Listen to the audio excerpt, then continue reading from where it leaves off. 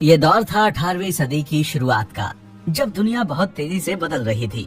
लोगों के विचार बदल रहे थे, जिंदगी जीने के मायने भी बदल रहे थे। अब कोई सिर्फ खाने पीने तक सीमित नहीं रहना चाहता था। लोग अपनी जिंदगी को आसान बनाना चाहते थे और ये यूरोप में औद्योगिक दौर था। इसी दौर में यानी कि सन 1712 में थॉमस न्यूकमन ने एक इंजन का आविष्कार किया जो कि बहुत ही सफल नहीं रहा। फिर 1726 में जन्मे जेम्स वॉट ने 1776 में न्यूकमन की थ्योरी पर काम करते हुए स्टीम इंजन का आविष्कार किया, जो कि हमारी दुनिया के लिए एक बहुत बड़ा बदलाव साबित हुआ। इस भाप इंजन के आविष्कार के बाद ही वैज्ञानिकों की सोच में बिना घोड़ों से चलने वाली गाड़ी बनाने का ख्याल आया। 18वीं सदी की शुरुआत में दुनिया में कई ऐसे इंजीनियर्स थे जो कि चाहते थे किसी ऐसी गाड़ी को बनाया जाए जिसे बिना घोड़ा गाड़ी के चलाया जा सके। इस दौर तक गाड़ियों को सिर्फ जानवरों द्वारा ही चलाया जाता था और फिर कई इंजीनियर्स ने इस पर काम भी किया, पर कुछ खास सफलता हाथ नहीं लगी। ट्रेन के आविष्कार का इतिहास भी काफी लंबा रहा है और अलग अलग समय में कई लोगों ने अपना योगदान दिया है। आमतौर पर जिन लोगों का नाम ट्रेन के आविष्कार में गिना जाता है वो हैं रिचर्ड ट्रेवथिक, मैथ्यू मरे, जॉर्ज स्टेफसन और ओलिवर इवांस। इन लोगों ने भी जेम्स वॉट के इंजन के आविष्कार के बाद ही रेलगाड़ी बनाने का सोचा था। प्रथम प्रयास। पहली बार 1769 में फ्रांसीसी सेना के एक इंजीनियर निकोलस ने भाप से चलने वाली एक गाड़ी बनाई, जो कि दुनिया की पहली बिना जानवरों के चलने वाली गाड़ी थी। ये एक किस्म की तोप गाड़ी थी जो चलते समय बहुत शोर करती थी और इससे बहुत सारी चिंगारियां भी निकलती थी। साथ ही इसका वजन बहुत ज्यादा था और ये घोड़ा गाड़ी से ज्यादा खर्चीली भी थी। कुछ दिन के बाद इसके चक्के भी टूट गए और ये बहुत उपयोगी नहीं थी, इसलिए इसको शस्त्रागार में डाल दिया गया था। दूसरा प्रयास। रिचर्ड ट्रेवथिक, जिन्हें रेलगाड़ी का जन्मदाता कहा जाता है, वो उस समय एक युवा मैकेनिकल इंजीनियर थे। उन्होंने काफी प्रयासों के बाद आखिर सन 1801 में लोहे के एक बड़े भाप इंजन वाली गाड़ी बनाने में सफलता हासिल कर ली। इनकी गाड़ी में धुएं के लिए एक बड़ी चिमनी और साथ ही कुछ पैसेंजर्स के बैठने के लिए जगह बनी हुई थी। इनकी ये गाड़ी जमीन और रेल दोनों पर चलने के लिए बनाई गई थी।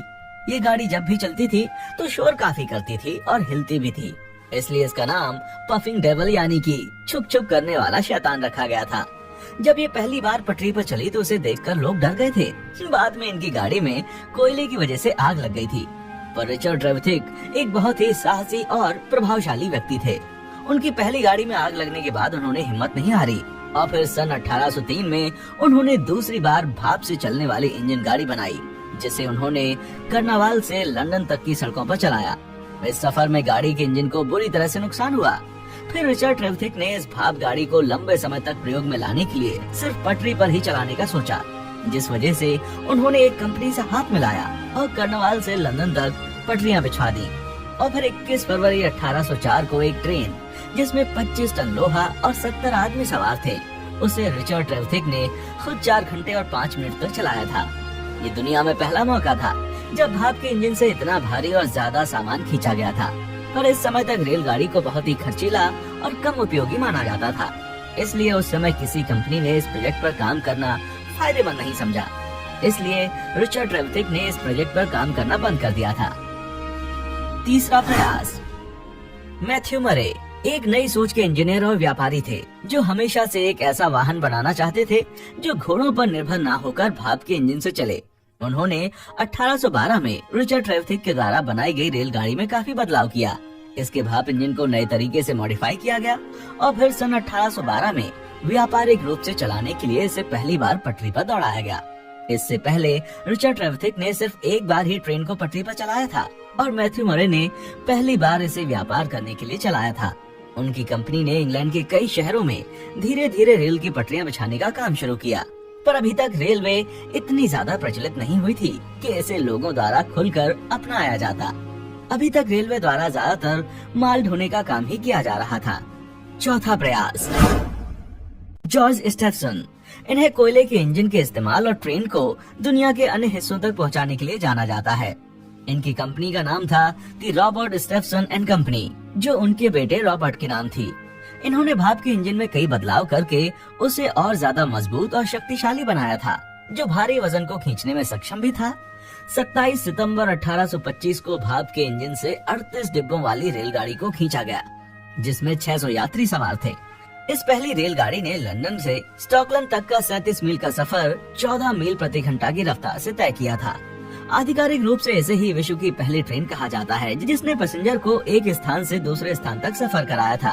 दुनिया की इस पहली ट्रेन के भाप के इंजन का नंबर था लोकोमोशन नंबर 1। जॉर्ज स्टेफसन ने ट्रेन के आविष्कार में क्रांति ला दी थी। इनके कोयले के इंजन के इस्तेमाल के बाद दुनिया के अन्य देशों में इसे बनाने की होड़ लग गई थी। ओलिवर एवांस ये एक अमेरिकी इंजीनियर थे। इन्होंने भाप के इंजन में कई बदलाव किए और पहली बार हाई प्रेशर भाप के इंजन का निर्माण किया। 5वां प्रयास, रुडोल्फ डीजल। 1858 में जन्मे रुडोल्फ डीजल ने 1897 में डीजल इंजन बनाकर एक कीर्तिमान रच दिया था। उनके बनाए हुए इंजन का प्रयोग आज भी पूरी दुनिया में किया जाता है। उन्होंने 1897 में 25 हॉर्स पावर के 4 stroke single cylinder diesel engine बनाया था। इनके इस आविष्कार के बाद 1912 में रोमन शोर ने रेलवे द्वारा स्विट्जरलैंड में पहली बार डीजल इंजन से रेलगाड़ी चलाई गई थी। भारतीय रेल का इतिहास। आज भारतीय रेल को दुनिया के टॉप 5 सबसे बड़े रेलवे नेटवर्क में गिना जाता है, जो कि तकरीबन 15 लाख कर्मचारियों को रोजगार देती है और पूरे देश को आपस में जोड़कर रखती है। पर क्या आप जानते हैं कि भारत में पहली रेलगाड़ी कहाँ चली थी? अगर नहीं तो मैं आपको बता दूं कि भारत में पहली रेलगाड़ी 16 अप्रैल 1853 को बोरी बंदर से थाने तक 35 किलोमीटर तक चलाई गई थी।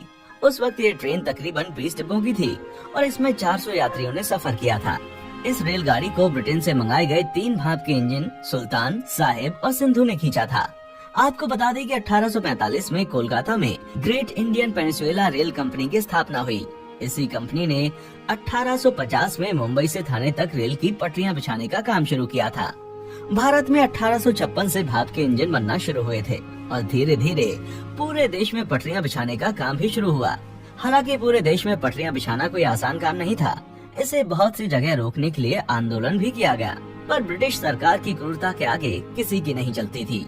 दोस्तों, अगर आपको ये वीडियो पसंद आई हो तो इसे लाइक जरूर करें और अपने किसी एक दोस्त को शेयर भी कर दें। और ऐसे ही नॉलेजेबल वीडियोस को देखने के लिए हमारे चैनल को सब्सक्राइब जरूर करें।